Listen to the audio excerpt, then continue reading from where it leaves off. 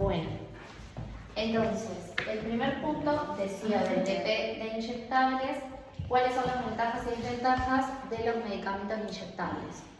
Entonces, algo están discutidas las filminas, ¿qué pusieron? La ventaja es que hay mayor absorción, respuesta rápida y se evitan las pérdidas del medicamento.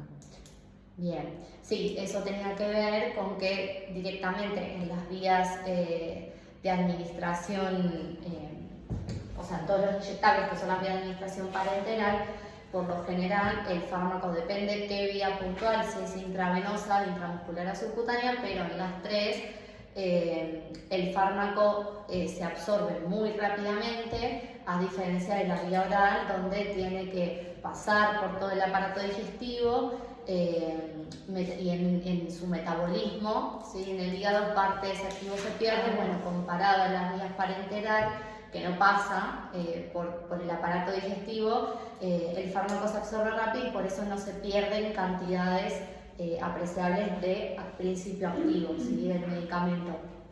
Y bueno, y su efecto rápido. Bien. Desventaja, es invasiva, provoca dolor y es riesgosa y es más costosa también. También, claro, riesgosa por el hecho de que puede haber algún inconveniente a la hora de aplicarlo, como por ejemplo, bueno, que se rompa la aguja, podría ser algún accidente. ¿Cómo? Que se ponga de más. Claro, que se dosifique de más, claro, su acción es irreversible en el sentido de que una vez que se aplicó no hay mucho que hacer para revertirlo, entonces hay que sí tener cuidado de dosificarlo muy bien. Perfecto. Y después tenemos una pregunta número 2 que dice, si se debe administrar un corticoide inyectable y su volumen es de 3 mililitros, ¿qué tipo de jeringa debería utilizar para aplicarlo? Y lo mismo, si te preguntas si el volumen es de 2 mililitros. Ahí, ¿qué jeringa utilizaríamos en cada caso? 5 mililitros puede ser. Bien, Porque la de... Sí. Tiene que ser mayor volumen de lo que se le va a administrar. Perfecto. No es, digamos, no hay problema en utilizar, ¿se acuerdan que las jeringas venían de 1 mililitro, de 3 y de 5? Era más fácil, era más práctico en el momento de aplicarlo, ¿no? Claro, por una cuestión de comodidad se recomendaba siempre no llenar la totalidad de las jeringas, sino ocupar hasta 3/4 partes más o menos y dejar un espacio libre para poder manipularla mejor, ¿sí? De una forma más cómoda. Entonces sí, si el volumen fuera de 3 mililitros, la jeringa que usamos es la de 5. No usamos la de 3 porque nos quedaría muy incómodo. Lo mismo si es de 2 mililitros, ¿cuál podríamos usar? ¿La de 5? La de 5 la podés usar, pero la de 3 también. Como es un poco menor, ya podés usar la de 3. Bien. Eso se los pregunto porque también son dudas que surgen. Por ahí alguien suele comprar en la farmacia un inyectable. Hay inyectables que vienen, hay corticoides que vienen con jeringa y aguja ya, y otros corticoides que no. Eso depende de la marca, el laboratorio si lo fabrica con el material para aplicarlo o no. Entonces, en el caso de que no, usualmente suelen pedir aparte y llevan aparte los pacientes la aguja y la jeringa, entonces preguntan, dame una aguja, una jeringa para eso, entonces bueno, nosotros tendremos que saber qué jeringa seleccionarle, exactamente, de acuerdo al volumen, entonces ya sabemos cómo se hace de acuerdo al volumen que tiene ese inyectable, ¿bien? Buenísimo. Bien, el punto 3 dice, indique las características o requisitos que debe cumplir un inyectable. Bien. ¿Hablo yo? Deben ser estériles, deben tener condiciones similares a la sangre, a la temperatura, pH. Sí. En muchos casos requiere refrigeración. Los envases pueden ser ampollas de vidrio, jeringas presionadas, frascos con septum, contenido de un líquido y un polvo para reconstruir con agua estéril. Perfecto. Bien, buenísimo. Sí, lo más importante es eso, todo es importante, sí. Pero siempre, sí o sí como requisito es que sean estériles, libres de microorganismos. Bien. Perfecto.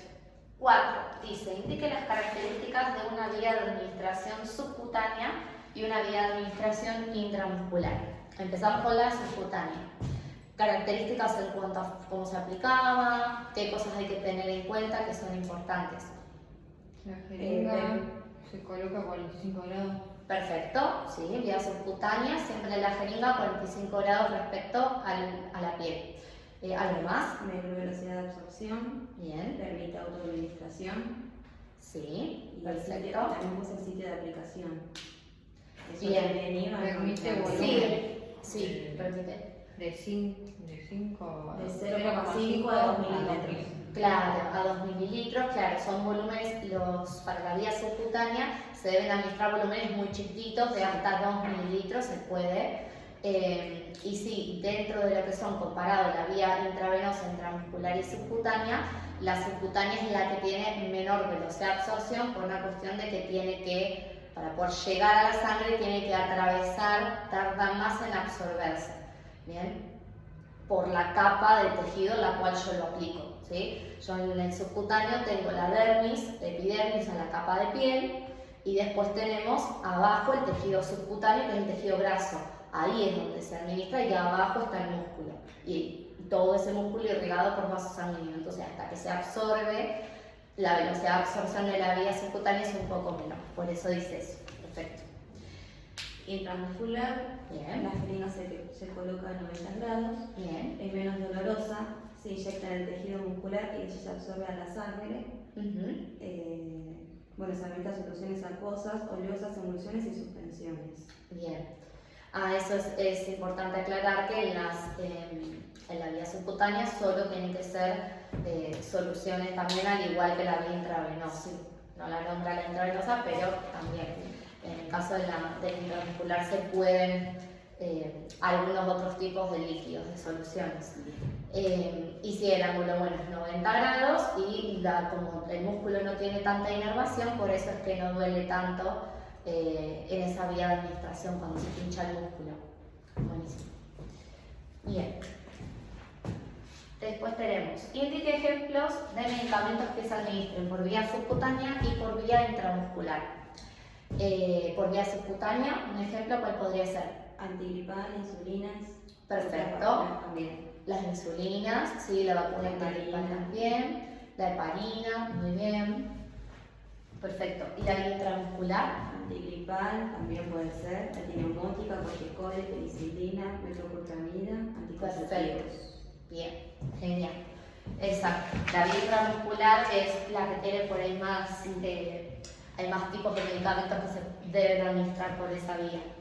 Y por último dice, en caso de tener que dispensarle al paciente un inyectable que es refrigerado, ¿cómo se debe preparar el medicamento y qué debe hacer el paciente al llegar a su casa?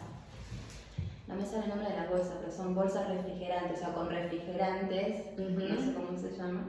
Al Bien. llegar a la casa debe sacarlo del envoltorio, guardar una parte superior de la heladera y en el medio. Ahí. Bien, perfecto, sí. Porque en la puerta puede perder la cadena de frío y abajo también nos lleva.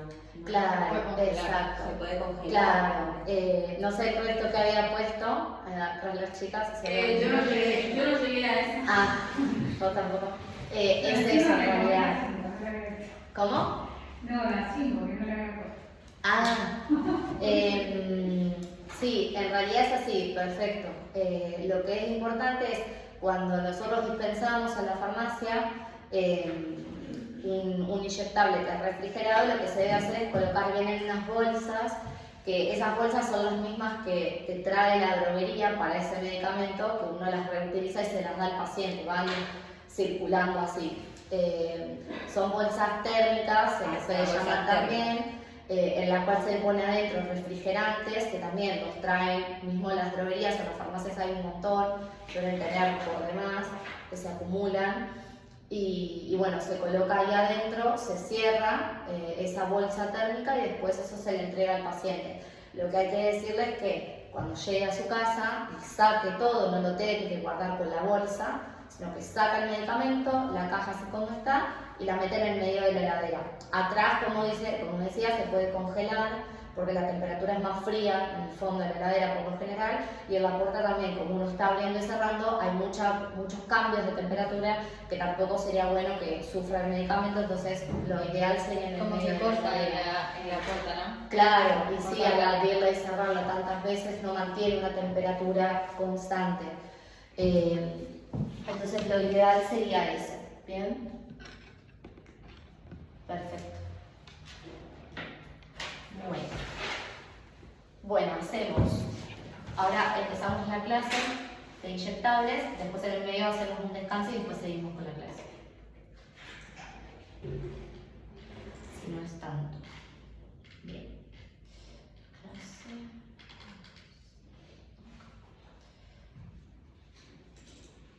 Bien. Acá Pedro. Es esto.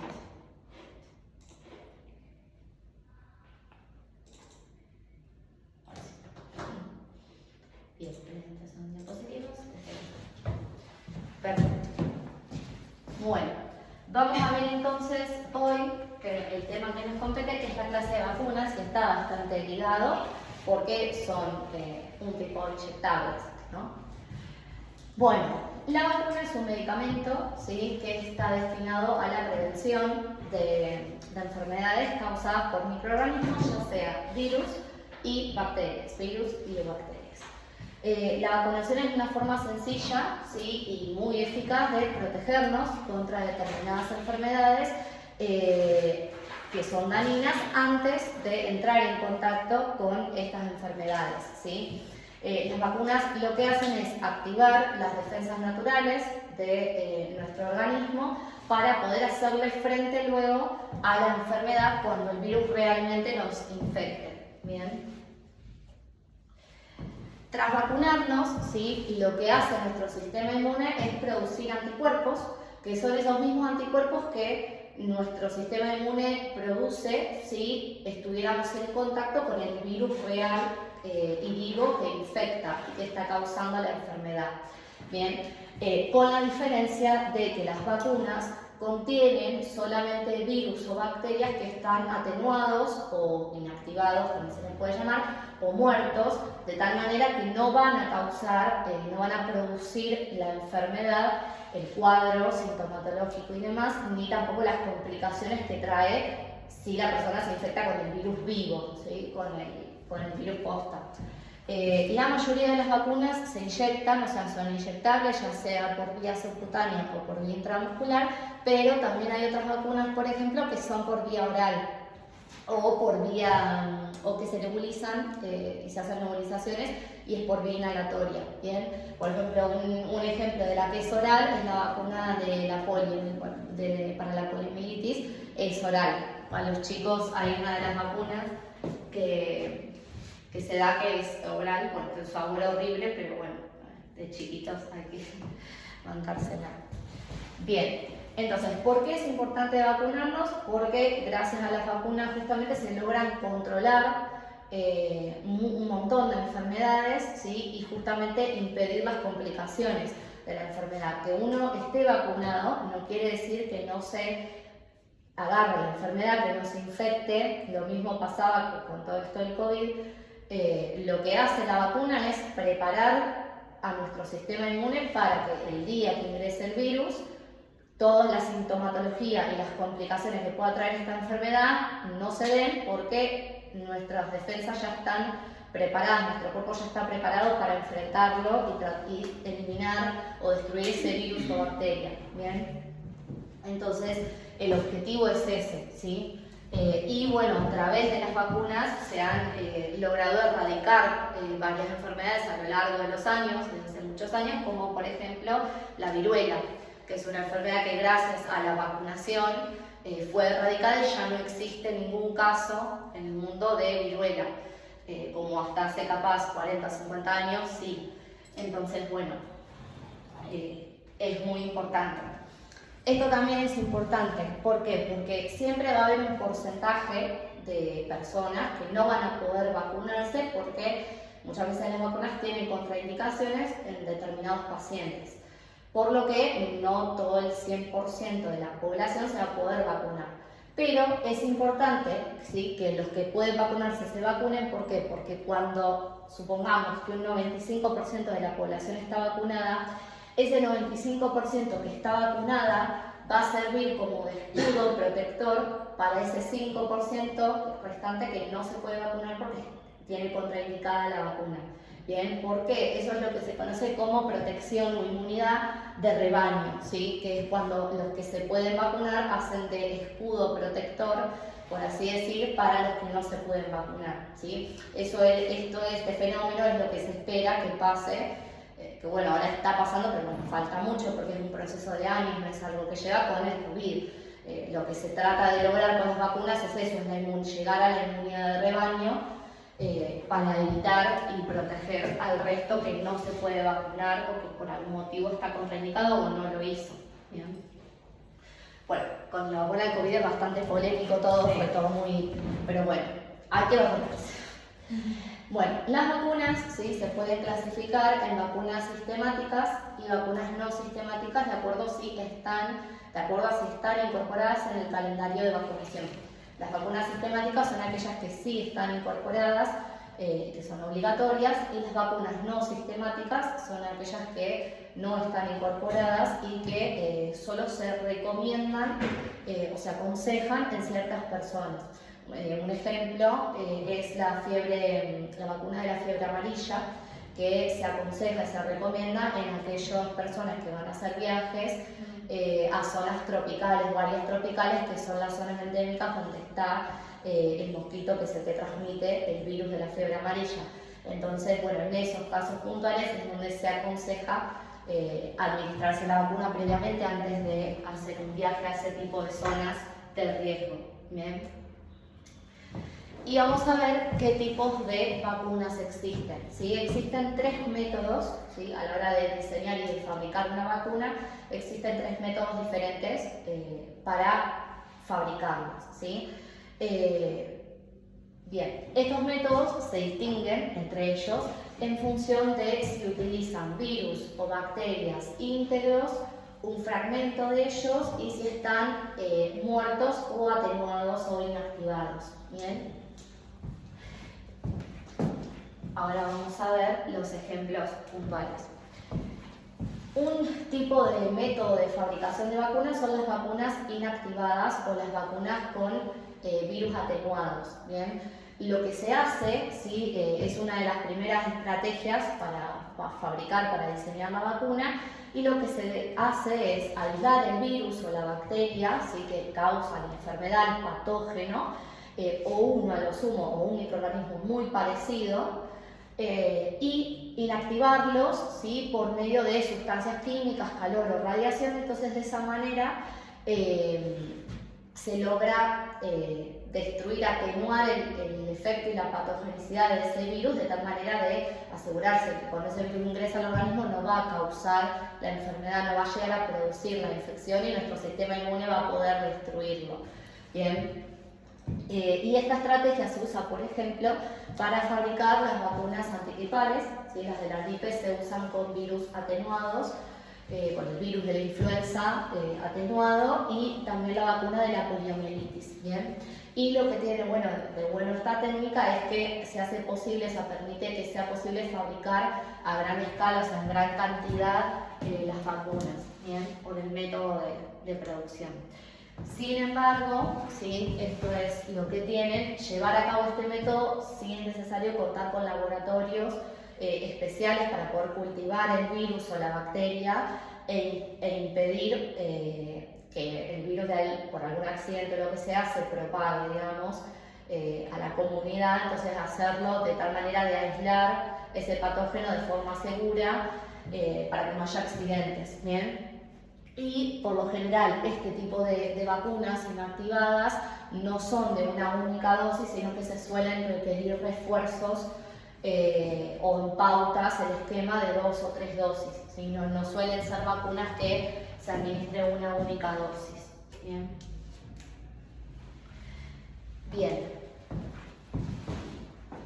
Después están las vacunas atenuadas, en las cuales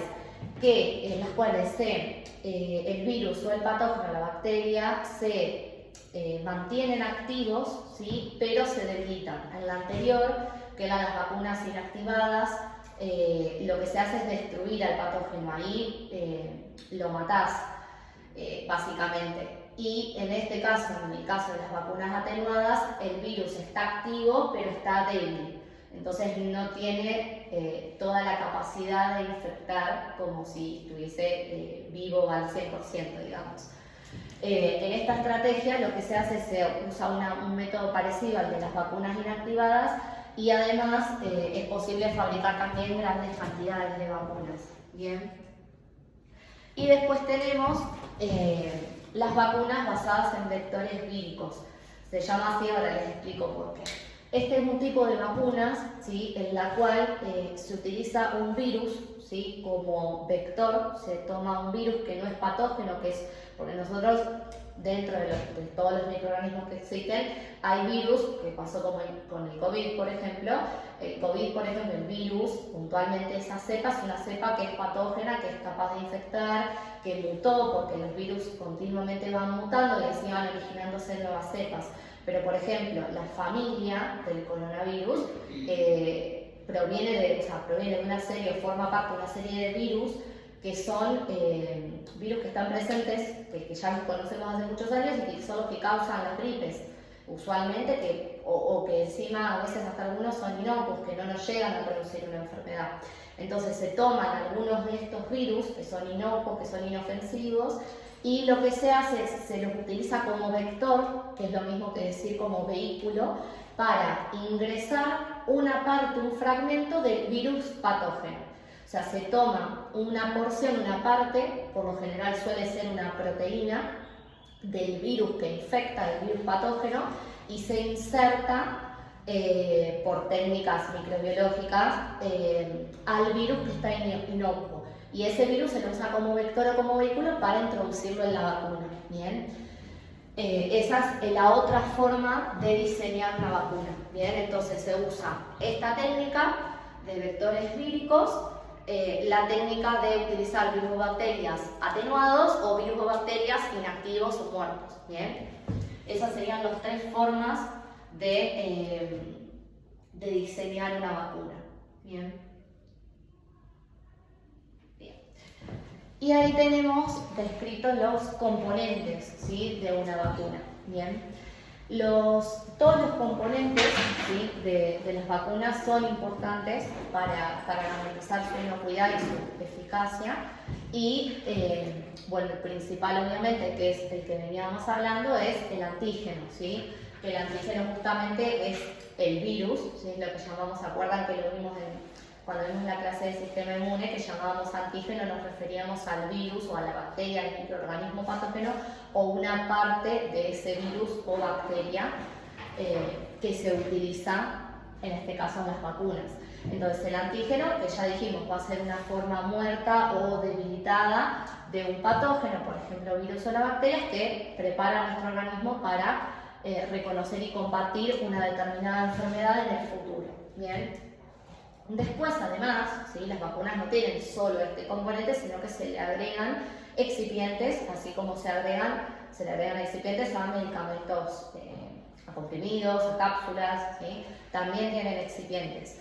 Uno de esos son los adyuvantes, ¿sí? Se le agregan, que ayudan a incrementar la respuesta inmunitaria y así facilitan también la acción de las vacunas. Ese es uno de los componentes.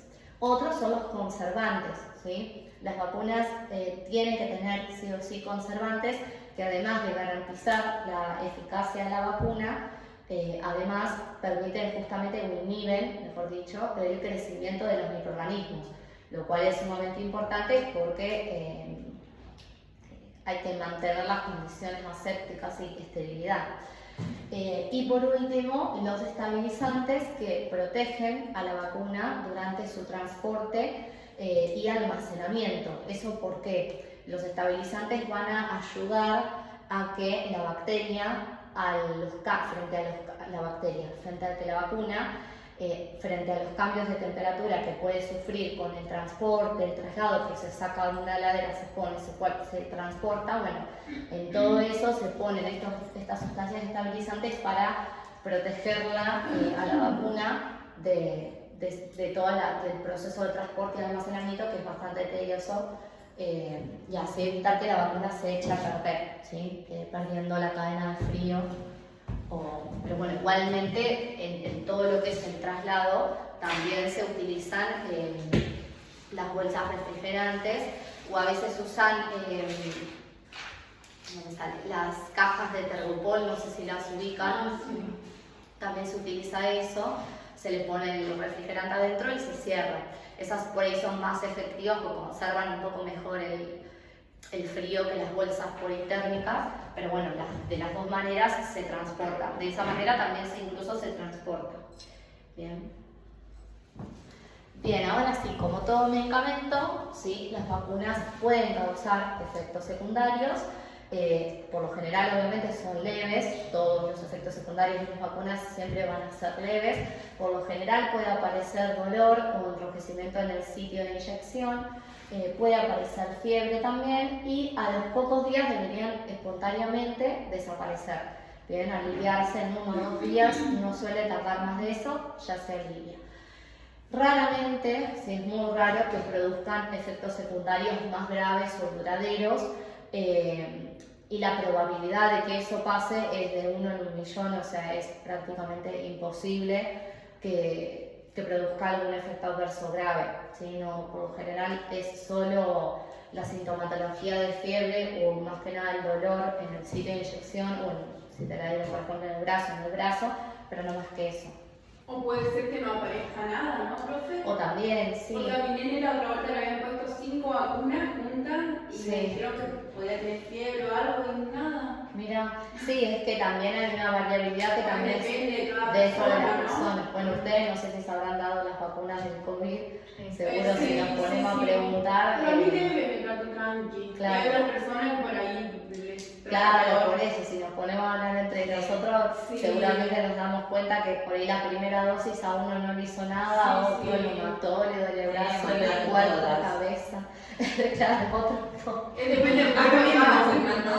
Claro, depende. sí, Depende del depende, cuerpo. claro, sí, es que siempre va a haber una variabilidad que es interpersonal, o sea, entre las personas. Sí. Aún el efecto que uno ve en una persona no necesariamente va a estar o va a aparecer en otra, eso sí. Pero bueno, la vacuna del COVID es un ejemplo de eso.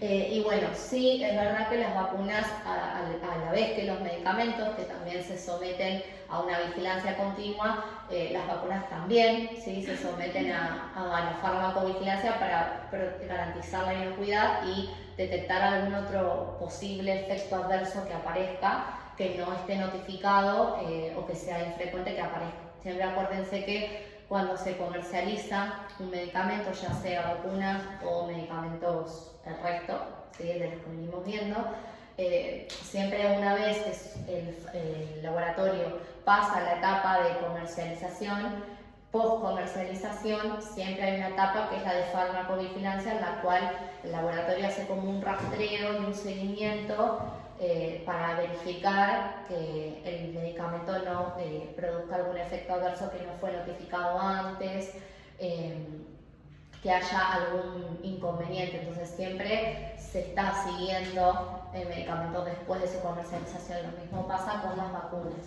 Bien.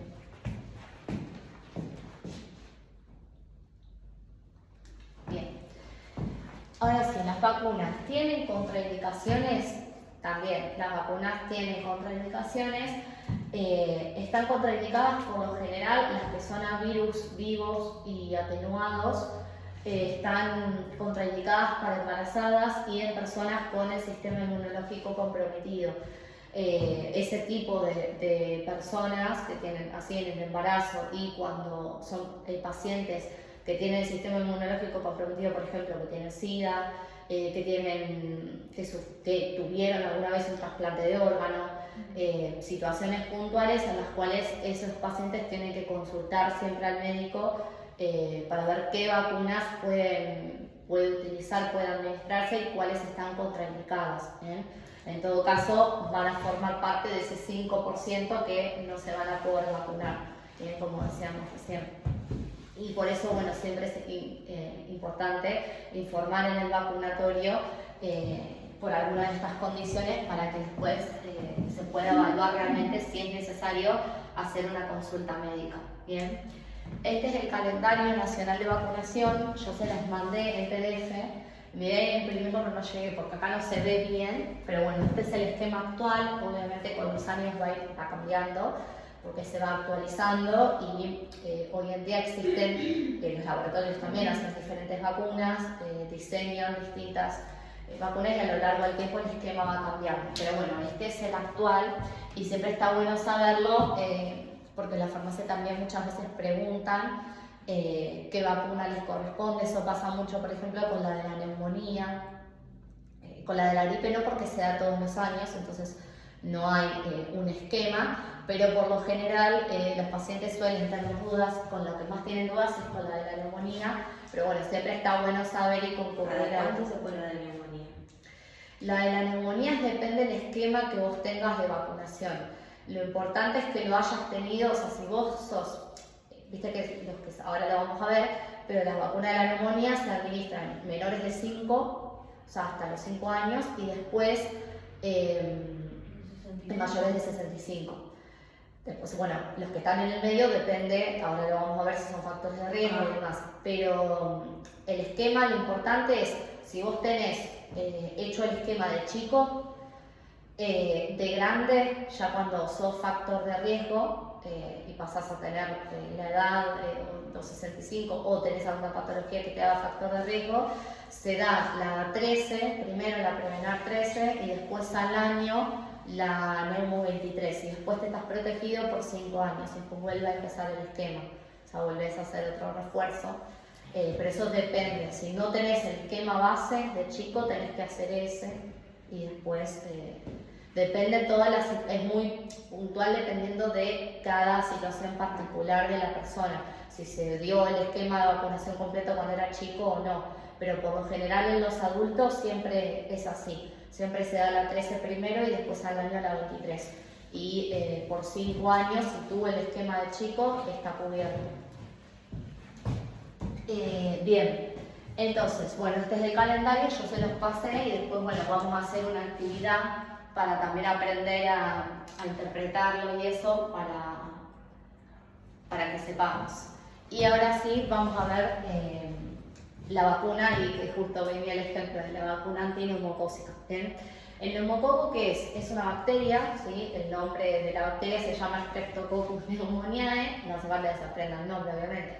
Es una bacteria que se encuentra habitualmente, ¿sí? Normalmente en la mucosa nasal y en la mucosa faríngea de los seres humanos y esto hace que quienes portan la bacteria puedan transmitirla justamente al estornudar o al toser, entonces se contagia, se transmite, ¿sí? Por esa vía.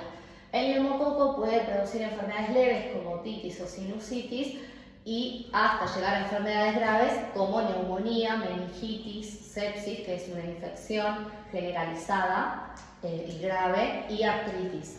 En el neumococo existen distintas cepas. Cuando nosotros hablamos de neumococo no es una sola bacteria, sino que existen diferentes cepas de neumococos. Hay cepas que son inocuas o que causan solo sinusitis y hay cepas que causan neumonía, meningitis, que son mucho más agresivas, ¿sí? Tienen una capacidad de infectar mucho mayor que otras cepas de la misma familia del neumococo. Bien, lo aclaro porque por ahí uno piensa que es una sola y en realidad no, son distintas cepas. Normalmente ese tipo de microorganismos, de bacterias están presentes, pero si te infectás o ingresa a tu organismo una cepa que es infecciosa, sí va a producirte alguna de estas enfermedades. ¿Cuáles son los síntomas? En el caso de la neumonía, ¿sí? Los síntomas son fiebre, tos y dolor en el tórax o en el pecho. Esos son los síntomas más comunes. ¿Bien? Y en el caso de la meningitis, que es una enfermedad, la meningitis es una infección en las meninges, que es la capa, digamos, por así decir, de líquido que recubre al cerebro. Entonces se infecta, digamos, las meninges y esa infección se conoce como meningitis. Puede traer alteraciones neurológicas bastante graves y bueno, puede tener complicaciones. Y bueno, en el caso de los síntomas son fiebre, vómitos, irritabilidad y cefalea. Y como bien dijimos, si no se trata puede causar alteraciones neurológicas y también auditivas. También a la muerte. Sí, también, obviamente. Sí, si no se trata y la infección prolifera, ustedes piensen que esto también es... Porque mi hermano tenía sinusitis de chiquito y como Sí. el hermanito que yo tenía le agarró meningitis y lo mató. ¿Se murió? Se murió. Sí. Porque era muy bebito. Claro, es que sí. Era daño irreversible. Y sí, es que es irreversible el daño. Una vez que ya llegó a producir un daño neurológico, ya no... Eso es irreversible, no hay manera de tratarlo. Lo que tienen las infecciones es que en eso es muy parecido a las células cancerígenas, proliferan. Las bacterias y los virus siempre proliferan, si uno no los trata. Pasa que lo que tiene el virus, a diferencia de la bacteria, que el virus cumple un ciclo de vida. Entonces por eso es que siempre decimos que los dolores de garganta, que son virales, siempre se van solos porque el virus cumple un ciclo, lo mismo el COVID. El virus cumple un ciclo de vida y se termina. El problema con las bacterias es que las bacterias proliferan y la infección se hace cada vez más grave. Pero bueno, eso no quiere decir que los virus sean inocuos, pero eso se diferencia, digamos. Bien, entonces, la vacuna antineumocócica se previene, la neumonía se previene utilizando la vacuna, ¿sí?, antineumocócica. En la actualidad en nuestro país existen estos dos tipos de vacunas, ¿sí?, que son la vacuna antineumocócica de 23 serotipos. Serotipos se le llama a la cepa de neumococo, o sea, eso quiere decir que incluye la que tiene 23 serotipos, incluye 23 cepas puntuales de microorganismos de neumococo que podrían causar la infección. Y la 13, lo mismo, ¿sí?, la conjugada de 13 serotipos. ¿Bien? Se califica justamente como serotipo al microorganismo que puede causar la infección. Esas no están en el calendario, tenés que comprarla y hacerla aplicar, ¿no? ¿O Sí, salta? en realidad las vacunas, estas dos, la Prevenar 13 y la Pneumovax 23, son las marcas. No hay otras dos que no sean esas, por eso se los digo con el nombre. Las dos, por ejemplo, para los que son personas de riesgo, o sea, personas mayores de 65 años, y bueno, los pacientes de riesgo yo supongo que lo deben ir a autorizar aparte, de una forma particular, pero PAMI, por ejemplo, y IOMA las proveen sin cargo, sin costo, las vacunas, en las campañas de vacunación. Lo que tienen es que muchas veces se retrasan. Por ejemplo, PAMI manda muy tarde las vacunas, entonces por ahí los afiliados preguntan en marzo. Sí, no hay problema.